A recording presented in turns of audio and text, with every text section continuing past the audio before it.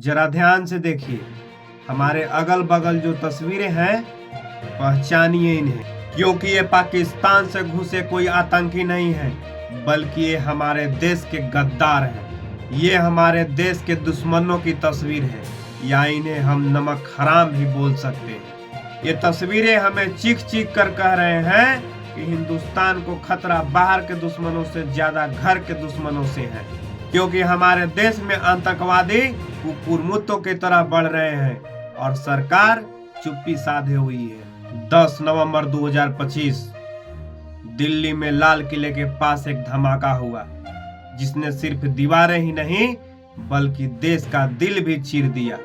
8 से ज्यादा लोग मारे गए, 20 से ज्यादा लोग घायल हुए और प्रधानमंत्री के जश्न के पीछे छिप गई चीखें।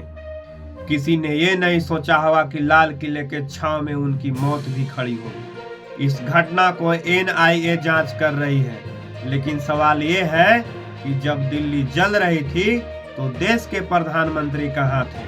जी हाँ, भूटान में एक राजा के जन्मदिन पर राजकीय भोज में शांतिपूर्ण मित्रता की बातें चल रही थी। दिल्ली में लाशें थी और वहां जश्न मनाई जा रही थी। ट्विटर पे लिखा गया कि घटना दुखद है, लेकिन दुख सिर्फ शब्दों में नहीं झलकता साहब।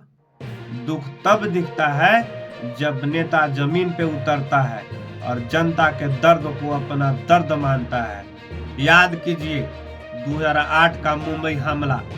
तब प्रधानमंत्री मनमोहन सिंह ने न सिर्फ माफी मांगी बल्कि मुंबई पहुंचकर पीड़ितों के परिवारों से भी मिले थे। यही होती है नेतृत्व की जिम्मेवारी, जहां सत्ता से बढ़कर इंसानियत होती है। आज के डेट में प्रधानमंत्री जी द्वारा गहरी संवेदना सिर्फ ट्विटरों में लिखी जाती है, और विडंबना देखिए, संवेदना सिर्फ ट्विटरों में सिमट गई। इन सबों के बीच एक माँ कहती है, मेरे बेटे की लाश आई, लेकिन प्रधानमंत्री का बस एक ट्वीट। वहीं एक दुकानदार पूछता है, जब धमाका हुआ तो सरकार कहाँ थी? शासन उनका, प्रशासन उनका, तो फिर ये धमाका कैसे हुआ? सुरक्षा में चूक कहाँ हुई? ये सवाल सत्ताधारियों से है। हम राजनीतिक नहीं कर रहे हैं, हम जवाब मांग रहे हैं। ये देश का सवाल है। जब दिल्ली रो रही थी तो सत्ता चुप क्यों थी? जब लाल किला खामोश था तो दिल्ली की आवाज कौन बनेगा? दिल्ली का दर्द सिर्फ दिल्ली का ही नहीं, ये पूरे देश की आत्मा पर चोट है।